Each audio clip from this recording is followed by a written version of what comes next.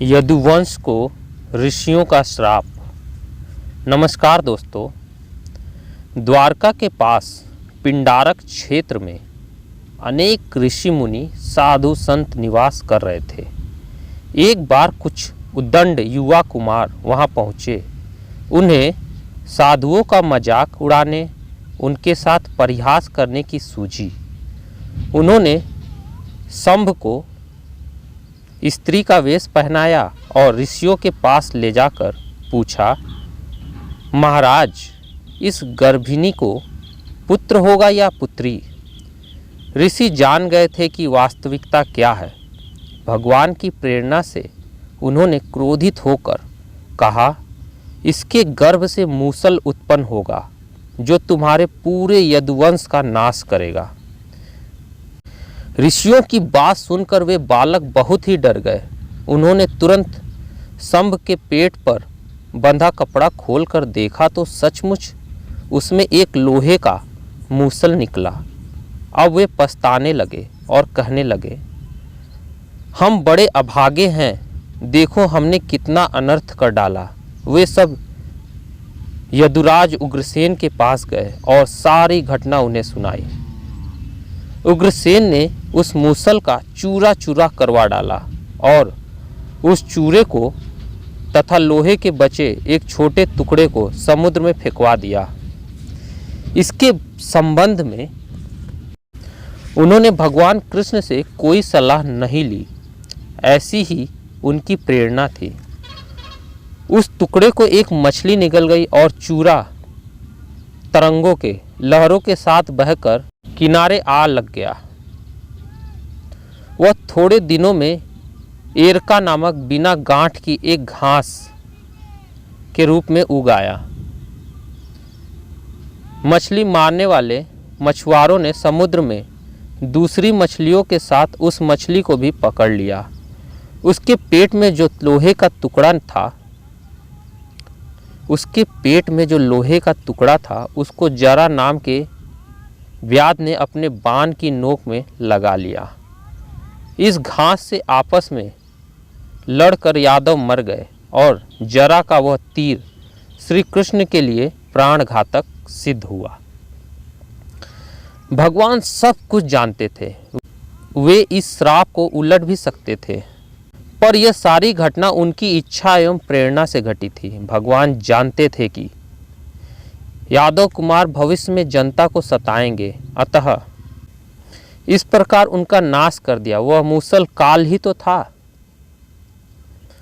प्रस्तुत प्रसंग से हमें यह शिक्षा मिलती है कि ऋषि मुनियों, विद्वानों, सज्जनों का अपमान भूल कर भी ना करो, उनका मजाक मत उड़ाओ, अन्यथा यह तुम्हारे पतन, तुम्हारे विनाश का कारण बनेगा। आज विद्वानों, विचारकों, दार्शनिकों की घोर उपेक्षा हो रही है। पूरा समाज वित्त के पीछे दौड़ रहा है, उसी की पूजा और भक्ति में डूबा हुआ है। जीवन मूल्य, आदर्श एवं संस्कारों की उपेक्षा हो रही है। यही कारण है कि समाज में प्रेम, सद्भाव, शांति का हास्य होता जा रहा है। जिस समाज से श्रेष्ठ विचार, आदर्श, आचरण एवं सच्चिंतन चला जाता है, उसका पतन प्रारंभ हो जाता है। आज ऐसी ही स्थिति निर्मित होती जा रही है। अतः वर्तमान समय में चिंतकों को, विचारकों को एवं रचनाकारों का विशेष दायित्व है कि वे सद विचारों को समाज में विशेषकर युवा पीढ़ी तक पहुँचाएं। गीता, भागवत के दिव्य संदेशों से उन्हें अवगत कराएं और चिंतन, चरित्र, आचरण एवं संस्कारों में हो रहे क्षरण को रोकें। भारत में संस्कारों को बनाए रखना अति आवश्यक है, क्योंकि संस्कार विहीन होते विश्व को भारत ही संस्कारित कर सकेगा। भारत के पुनः विश्व गुरु की भूमिका निभाने का समय आ पहुंचा है। श्रीमद् भागवत जैसा दिव्य ग्रंथ इस कार्य में हमारा मार्गदर्शन करेगा। दूसरे अध्याय में देवऋषि नारद वासुदेव जी के यहाँ पधारते हैं। वासुदेव ने नारद जी का स्वागत सत्कार किया, उनकी पूजा अर्चना की। वासुदेव यानी परब्रह्म भगवान श्री कृष्ण के पिता, ऐसे वासुदेव नारद का सम्मान करते हैं। इसमें संत का महात्म्य समझाया है। भागवतकार भगवान वेद व्यास ने वासुदेव के मुंह से कहलवाया है कि संत भगवान से श्रेष्ठ है।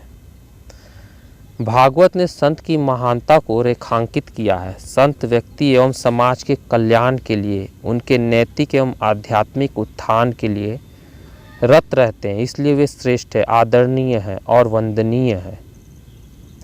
वासुदेव नारद जी से निवेदन करते हैं कि आप मुझे ऐसा उपदेश दीजिए जिससे मैं इस जन्म मृत्यु रूपी भयावह संसार से पार हो सकूं। नारद जी ने कहा, वासुदेव जी, आपका यह प्रश्न बहुत ही सुंदर है, क्योंकि यह भागवत धर्म के संबंध में है, जो सारे संसार को जीवन दान देने वाला, पवित्र करने वाला है। यह ज्ञान जीवन की संजीवनी है। नारद जी ने वासुदेव को 9 योगीश्वरों और राजा निमिति का संवाद सुनाया। भागवत की अधिकांश कथाओं एवं प्रसंगों में एक अति सुंदर बात देखने को मिलती है, जिस पर ध्यान दिया जाना चाहिए, जो चिंतन मनन योग्य है। जब भी कोई व्यक्ति किसी संत, ज्ञानी, यहाँ तक कि भगवान से भी कोई प्रश्न पूछते हैं, उनके समक्ष अपनी कोई जिज्ञासा रखते हैं, तो वे संत प्रश्नकर्ता को अपनी ओर से सीधा कोई उत्तर नहीं देते हैं, कोई समाधान स्वयं की ओर से प्रस्तुत नहीं करते हैं, अपितु वे किसी अन्य संवाद का जिक्र करते हुए उपदेश देते हैं, ज्ञान प्रदान करते हैं। समाधान प्रस्तुत करने वाले संत चाहे तो वे उस ज्ञान को सीधे अपनी ओर से प्रस्तुत कर सकते हैं, अपना ही ज्ञान उसे बता सकते हैं, पर वे ऐसा नहीं करते।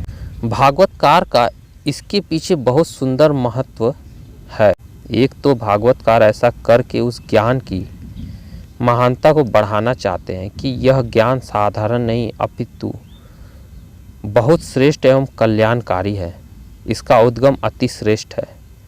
समाधानकर्ता बहुत महान है। दूसरी बात यह है कि यदि कोई सीधे ही ज्ञान प्रदान करने लग जाए तो उसमें यह अहंकार आने की संभावना है कि देखो मैं कितना श्रेष्ठ हूँ, विद्वान हूँ, मैं इतना महान ज्ञान दान कर रहा हूँ, मेरा कितना महत्व है। इस अह का शमन करने के उद्देश्य से भागवतकार वक्ता के द्वारा किसी अन्य संवाद का संदर्भ देकर समाधान प्रस्तुत करवाते हैं। वक्ता में अहभाव नहीं आना चाहिए और ज्ञान की महिमा महानता को रेखांकित करने के उद्देश्य से उसका उद्गम, उसका स्रोत सिस्टम बताया जाना चाहिए।